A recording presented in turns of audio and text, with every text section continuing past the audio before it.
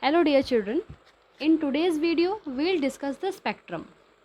As I told you before that spectrum is a very important tool to know more about the structure of atom. Okay, so whatever we know about the structure of atom nowadays we got from the study of spectrum. So it is very important topic, very interesting topic. Okay, so let's start the topic. So what happens when we heat a solid? When we heat a solid like metallic rod, coal, wood, then first it absorbs energy and after some time it emits the light. Okay. And what happens when we pass that emitted light through a prism? So when we pass the emitted light through prism, we obtain a series of color. Similarly, when we pass white light or sunlight, which is the mixture of different color, through a prism, then prism split that light of different wavelength to a different extent, and we get a series of color band, okay, which consists the different color, remember as Vivgure: violet, indigo, blue, green, yellow, orange and red. Okay, so this is how a prism split the coming radiation. So through this diagram we can easily understand that what the spectrum is. So here I took a source of white light, it can be a bulb also. Okay, so when the white light we pass through slit into prism, then prism split the coming light into a visible spectrum. Okay, so here this phenomena, what phenomena? The separation of constituent wavelength into a definite pattern, into a definite sequence, is known as dispersion. Okay, so what is dispersion? Dispersion is basically a splitting of light into a particular pattern. Okay, and after dispersion what we are getting is known as spectrum. Okay, so what is spectrum? Spectrum is nothing but a sequence of different color. Okay, it is a series of color band. So as you can see here that this is the visible spectrum of white light and no gap is present between any two color. Okay, all colors are merging with one another, like violet is merging with indigo, indigo is merging with blue, blue is merging with green. Okay, and so on. So here no gap is present between two colors. So due to the absence of any distinct area between any two color, this spectrum is also known as continuous spectrum. Okay, so what is continuous spectrum? Continuous spectrum is the spectrum which has the continuity of color without any gap or any distinct area. Next we will discuss atomic spectra. Okay, so as it is suggested by its name that this is the spectra formed by the radiation emitted through atom.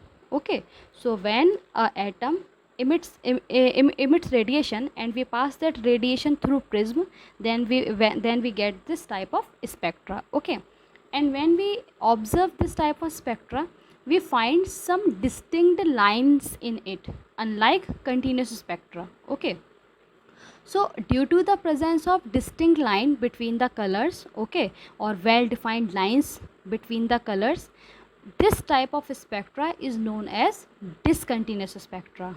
Okay, so atomic spectra we'll discuss in detail. So atomic spectra is of two type: emission spectra and absorption spectra. So start emission spectra. So what is emission spectra? When we heat gases or vapors of chemical compound, they absorb energy and get excited. Okay, and after some time they lose that extra energy in the form of radiation, and when we pass that radiation through prism then we get this type of spectra. Okay, and this type of spectra contains some fine lines in it. So due to the presence of some fine lines in it, it is also known as line spectra. Okay, and why emission spectra? Because it is formed by the emitting radiation. So here is the formation of emission spectra. In this tube we have taken some sample or some chemical compound, gases or vapors of chemical compound, and heat them by electric arc or Bunsen flame. After that it get excited and emits some radiation, and then we pass that radiation through prism, and then prism spread that radiation and form this type of spectra. As I told you that emission spectra contains fine lines in it, okay, fine bright lines in it. I have mentioned one line here, note point. Atomic spectrum is characteristic of an element. It means that each element gives a unique spectrum, okay, means all the element will show different type of atomic spectrum. So this is the very important property of element. Because of this property, many element discovered, okay, like rubidium and cesium, and this property is also used to analyze the element. Now our next topic is absorption spectrum, okay. So what is absorption spectrum? In this spectrum we'll use the white light, okay. So when white light is passed through a gas or a solution of some salt, and then the transmitted light we analyze through prism, then we have a, obviously we'll have the spectrum, and in that spectrum we observe dark lines, and that dark lines shows that these dark lines are due to the absorption of some particular wavelengths by the substance. So as it is formed by the absorption of some wavelength, it is known as absorption spectrum. So here is the absorption spectrum. In this case we used a source of white light, and before prism we pass the white light through absorbing sample.